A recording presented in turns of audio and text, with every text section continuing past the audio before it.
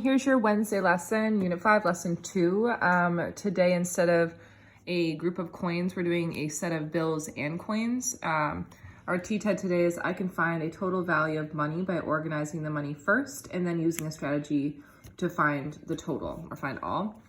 Today, CFS is the same as yesterday, which is what's the value of each money amount? How can I organize my money to make solving easier? And how can I find my total? Same exact thing, except today, money value at the top instead of counting coins. You could write counting money if you want. So if a lot of this is prior knowledge, the only thing that you're adding in that's new today is finding a total value with a dollar allotment or a bill value. And so you want kiddos to be able to say, first big problem, knowns, unknowns, and then I'm using both representation and solving together. So we have two $5 bills. We have three $1 bills. We have 2 quarters. We have 1 dime, 3 nickels, no pennies.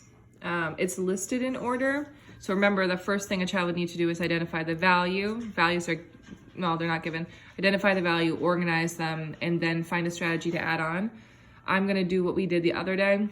What's tricky, and Leroy, you did a really good job with this last year, is utilizing the decimal point today. So how did you solve this problem? If less than 2 to 3, if the misconception not counting bills and coins separately.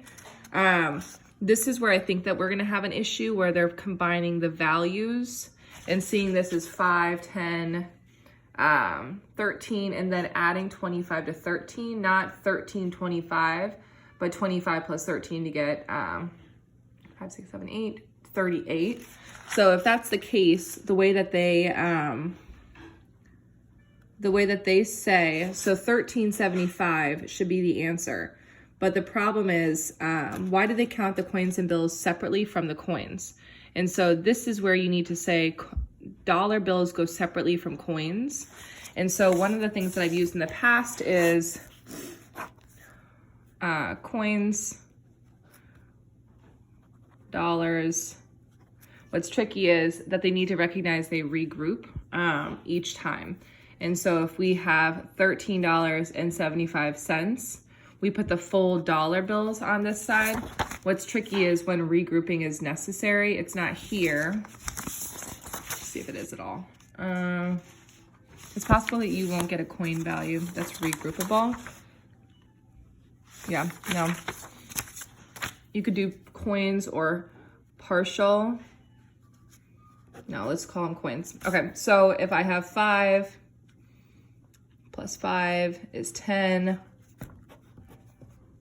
plus 1 is 11, plus 1 is 12, plus 1 is 13, plus 25, and this is where I'm gonna put the decimal point. This is where you need to tell a kid, this is where the misconception is gonna come in right here. So when they go from, I'll even redo it right here, we're at 13 plus 25, they need to see it as 1325. And so this is the big thing you're going after today. I can write the total value of money by maintaining the dollars and coins place values, or the place values based on their values.